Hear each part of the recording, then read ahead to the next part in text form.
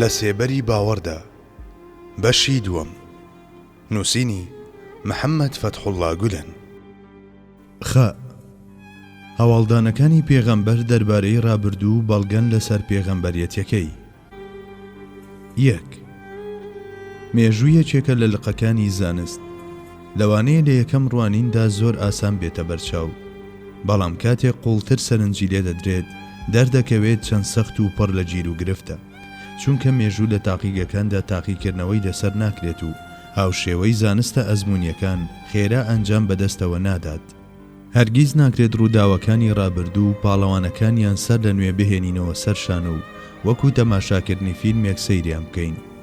لەبەر ئەم هۆیە ئەو شتانەی دەربارەی مێژوو دەیزانین تەنها ئەو شتانەیە کە لە بەڵگەنامە مێژووی و کتێبە تۆمارکراوەکاندا بوونیان هەیە. جگە لەمە، چونکە هەڵسەنگاندنی کەسەکان تەنها وابەستەی ڕووداوەکان یاخود وتەی شایەت حاڵەکانە، ئەوانیەت و مەبەستە ڕاستەقینەکان بە شاراوەیی دەمێننەوە. شانۆیەک بهێننە بەرچاوی خۆتان، ئەکتەرەکان لەسەر تەختی شانۆ، دەرهێنەر و سیناریۆنووس لە پشتی پەردە و لە بەرامبەریشدا بینەران. اینجا ئەمە بەراورد بکەن بەو بکەرە ڕاستەقینانەی کە لەسەر شانۆکە ڕۆڵ دەژێڕن. هەنووکە چ شتێک تا چه ئەندازەیەک دەتوانیت لە زاریان لە قەڵەمی بینەرانی شانۆکەوە تێبگەیت. لەلایەکی دیکەوە، ئایا هەموو بینەرێک خاوەنی تێگەیشتن و هەڵسەنگاندن و شێوازی گواستنەوەی تایبەت بەخۆی نییە؟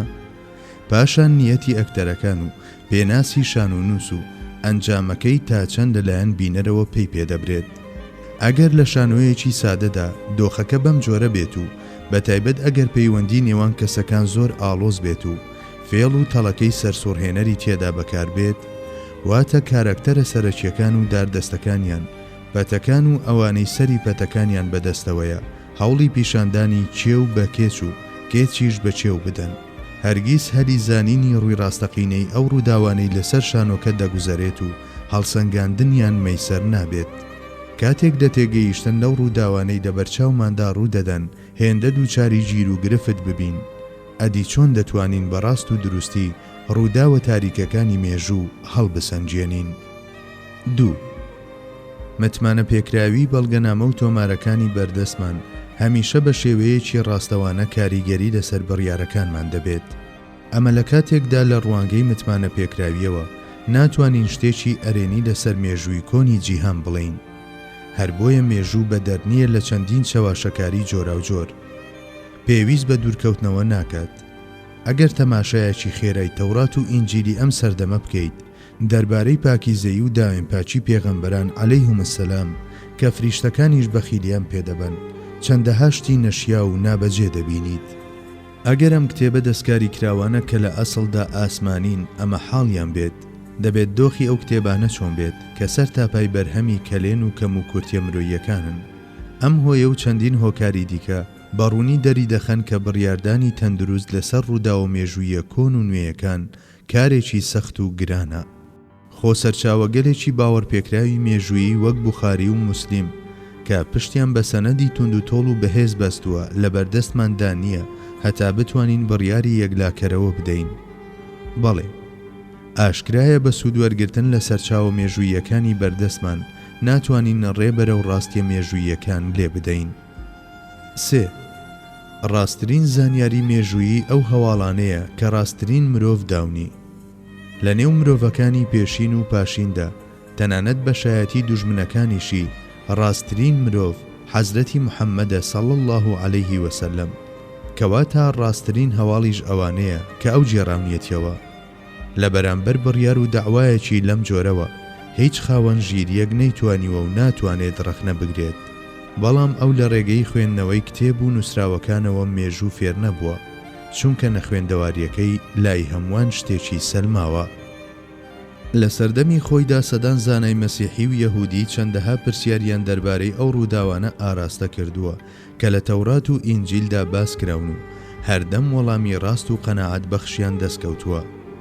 جاری وا هەبووە خاڵە ناکۆکەکانی نێوانیانی ڕوون کردوێتەوە بەڕاستترین شێوە زانیاری پێداون. اینجا ئەم زاتە نە پێشتر خۆی بۆ ئەم جۆرە گفتوگۆیانە ئامادە دەکرد و نە لە کاتی وەڵامدانەوەشدا دەوەستا و بیری دەکردەوە، کەچی لە هەمان کاتدا ژیانی پێغەمبەرانی پێشین و بەسەرهاتی ئومەتەکانیان و شێوازی ئاخاوتنیان هەتا دەگات بە هەست و باری دەرونیان هاوڕێ لەگەڵ وردەکاریەکاندا دەجێڕایەوە. جگە لەمە ئەو هەواڵانەی دەیدان چیرۆکی مێژووی و ڕووداوی ناو مێژووی بەسەرچوو نەبوون، بەڵکو لەبەر ئەوەی کەسایەتی و فیترەتی بنەڕەتی مێژوو لە حەزرەتی ئادەمەوە هەتا قیامەت ناگۆڕێت، ئەوە ژیانی پێغەمبەران عەلەیهیم السەلام و ئومەتەکانیان و سەرگوزەشتەیانی وەک شانۆیەکی پەند ئامێز و چەشنی یاسا و دەستورگەلێکی کۆمەڵایەتی و مرۆیی و مێژویی کە هەتا بەرپابوونی قیامەت دووپات دەبنەوە پێشکەش دەکرد. ئەمەش پێشکەشکردنێکی سادە و ساکار نەبوو. لە هەمان کاتدا هەڵگری دەوڵەمەندی واتا و ڕەوانبێژێکی بێوێنە و شێوازێکی ناسچی دەراسا و زوڵاڵی گوفتار و جوانی ئەدەبی بوو. هیچ یەکێک لە لێکۆڵینەوە زانستیەکان و پرۆسە شوێنەوارناسیەکان نەیانتوانیوە بە درێژایی 14 سەدە ئەو زانیاری و هەواڵانەی کە ئەو سەبارەت بە ئومەتانی پێشین داونی زامدار بکەن، بەڵکو بە پێچەوانەوە هەموو ڕۆژێک بە پێشکەوتن و دۆزینەوە نوێیەکان پشتڕاست کراونەتەوە.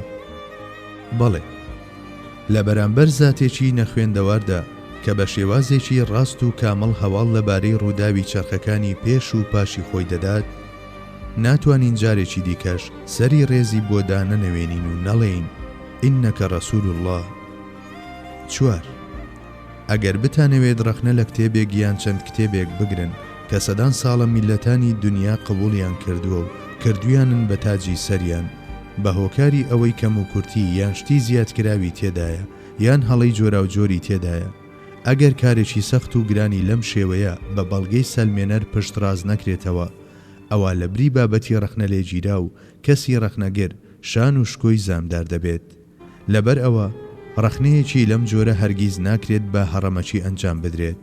لە کاتێکدا ڕاستی ئەمەیە کە باسمان کرد کەچی پێغەمبەرێکی نەخوێندەوار هەم لە سەردەمی خۆیدا و هەم لە بەرامبەر زانایان و زانکۆکانی داهاتوودا ڕەخنە لە کتێبانێکی پیرۆزی وەک تەورات و ئینجیل دەگرێت کە سەرچاوەکەیان ئاسمانیە و تەزدیقی ڕاستیەکانیان دەکات و هەڵە و لایەنە دەستکاری کراوەکانیشیان ڕاست دەکاتەوە.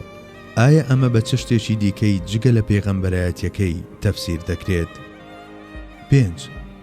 ئەو قورئانەی کە پێغەمبەرمان صلی الله عەلەیه وسلم هێنای و بەهۆیەوە تەحەدای سەرانسەری جیهانی کرد، باسی هۆزە پێشینەکانی وەک عاد و سەمود و ئیرەم دەکات.